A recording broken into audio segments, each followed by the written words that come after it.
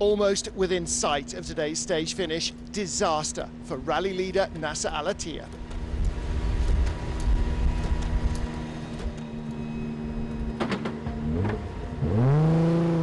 With victory on the first two stages, Al-Attiyah had asserted himself at the top of the leaderboard. The Qatari sped through today, fastest at each control point, seemingly without drama. But when he arrived at the finish line, it was clear he'd had a major accident just 10 kilometers from the end.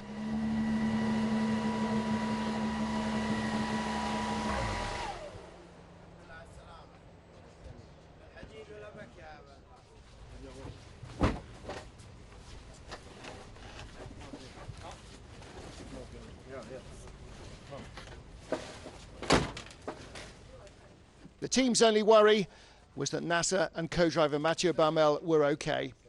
The two were shocked and shaken after the violent roll, but the Toyota's safety cell had done its job.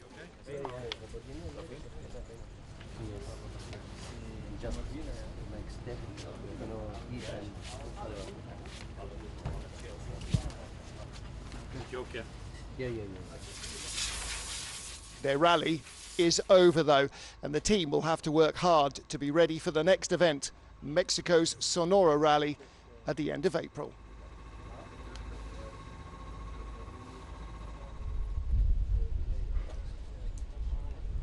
It was really a fast section, no danger, nothing, but suddenly we find a small step from the sand, from the wind. And it was in 6th gear, and just we crashed 3-4 times, and we land in the wheel, and nothing left in the cars, everything destroyed. But we try to manage and to finish the stage, and we finish. The FIA decide, to not continue because I think something damaged, in the roll cage.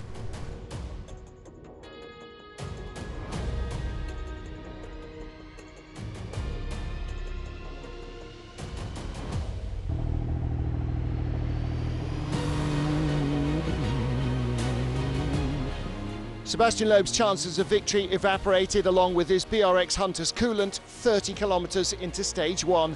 The resulting penalties and those for an engine change were added to yesterday when one of his digital trackers failed to acknowledge that he'd reached a waypoint. So he was hit with an additional 15-minute penalty, costing him vital W2RC points he would have earned for finishing second. Always within a couple of minutes of the Toyota today, he finished the stage just 48 seconds adrift of Al-Attiyah. But as the Qatari is now out, Loeb will be hoping to keep those bonus points for the stage win as he tries to build his World Championship lead.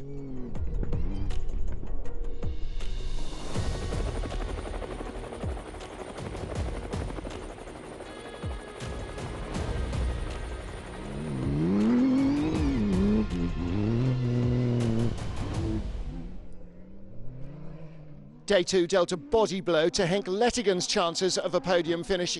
The Toyota driver stopped mid-stage with a chronic misfire, opting to take the road back to service. But with the Hilux back in rude health, the South African was on the attack today.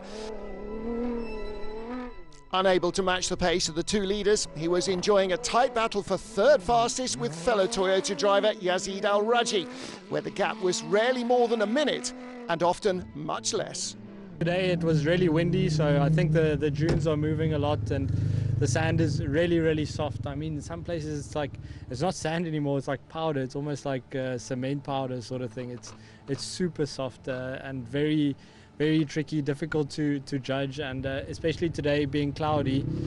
You have no shadows, no shadows from the dunes, so you don't know where the steep parts are, so yeah, very difficult to read.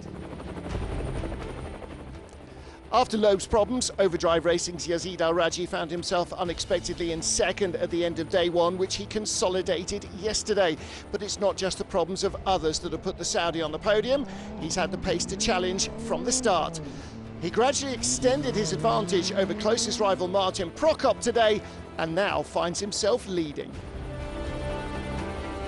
A good day for me, and Timo do a great job like always, everything going well with us. The first 100k we drive well, and after we have dropped our front left tire, drop to 90 and under 1 bar, and we try to save until finish, but everything going well with us and we do it well. That's most important. Another good day in the dunes for Martin Prokop and the family-built Ford Raptor. The Czech was only losing about a second a kilometre to the Latigan Al Rajhi battle and eventually finished just 4 minutes behind the Saudi. Third last night, he now finds himself a fraction over 10 minutes off the lead with 2 days still to go.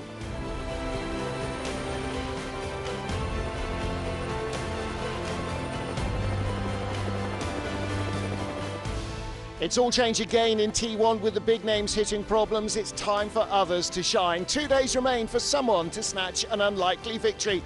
And an event that seems certain to rob Sebastian Loeb of the championship lead may swing back in his favour. But he still has to finish.